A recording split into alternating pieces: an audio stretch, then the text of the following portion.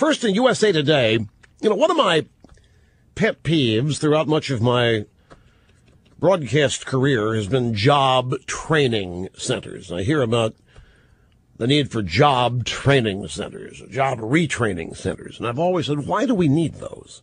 We already have schools. We send people to school. We send people to college. We send people to vocational schools. I know they don't graduate in a number of cases, and I know they can't even read their diplomas in some cases. But why does that mean we need job training centers? We don't. This is just, you talk about a waste of money.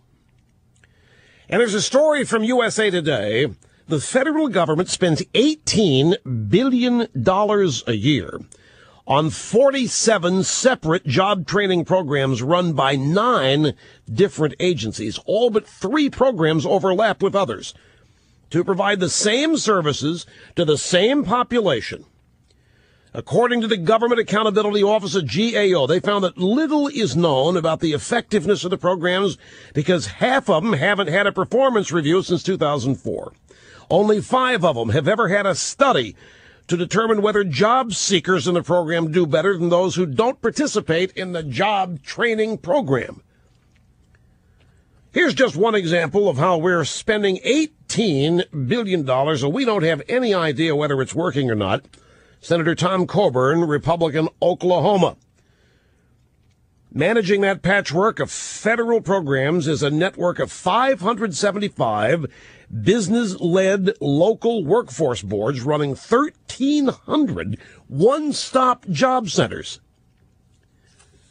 I mean, this is a total waste of money. And the fact that we even have job training centers is evidence of the horrible job we're doing in primary education in this. Seriously, what was the purpose of going to school? I mean, parents send you off to school, you got to go. Grade school, junior high, high school, what's the point? To get a job, to find a career, to get educated. In the old days, for women to find a husband.